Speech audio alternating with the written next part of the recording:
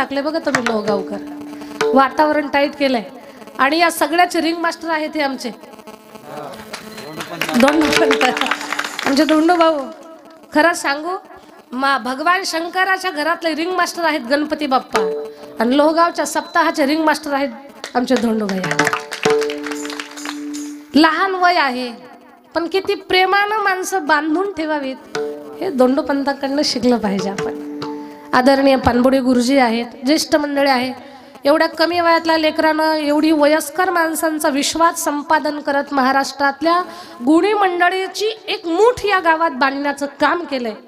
सगळ्यांचं प्रत्येक नामवंत कीर्तनकार कथाकार ज्यांच्या परिचित आहेत, आदरणीय हरिभक्त परायण, मी ज्यांना भाऊ मानते, आमचे धोंडीराम दादा, दादांच्या धन्यवाद व्यक्त करते. नितांत अगदी लहान बहिणीसारखं माझ्यावरती प्रेम करतायत. खूप अगदी स्वतःच्या पावलावरती काहीतरी कार्य करावं, त्यांच्याकडे पाहून अगदी काहीतरी तरुण मंडळीला सुद्धा शिकण्यासारखं आहे. खूप चांगलं कर्म करतायत, चांगलं कार्य करतायत. आपल्यामुळे प्रत्येकाच्या जीवनाचा उद्धार व्हावा, तरुण मंडळीला सुद्धा चांगले कीर्तन कथा श्रवणासाठी भेटावी असं मार्गदर्शन दादांचं आहे. दादांचे धन्यवाद व्यक्त करते. गावाला द्यावेत तेवढे धन्यवाद थोडे आहेत. गावकरी मंडळी अतिशय गोड आहेत.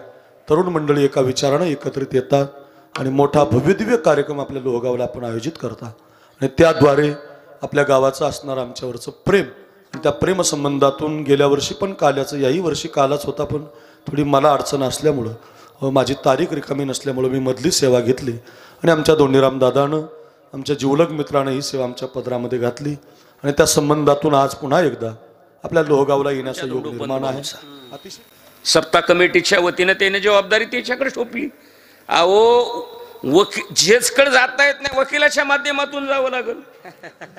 औषध मनानं घेता येत नाही रे सखाराम, डॉक्टरच्या सल्ल्याने घ्यावं लागतंय.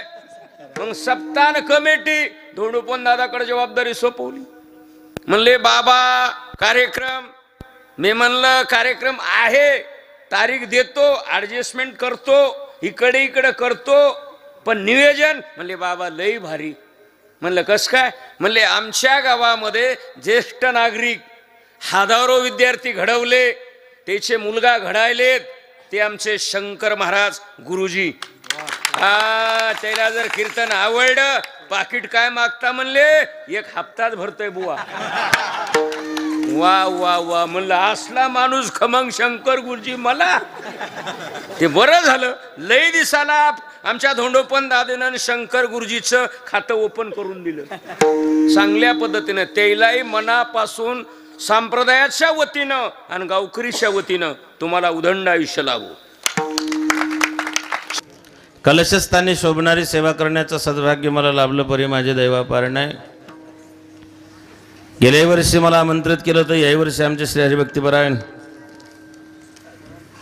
धोंडीराम भाऊ सावळे यांनी याही वर्षी काल्याच्या कीर्तनाची सेवा समस्त ग्रामस्थ भजनी मंडळ आयोजक आपल्या सगळ्यांच्या वतीनं मला या ठिकाणी याही वर्षी काल्याच्या कीर्तनाची सेवा उपलब्ध करून दिली.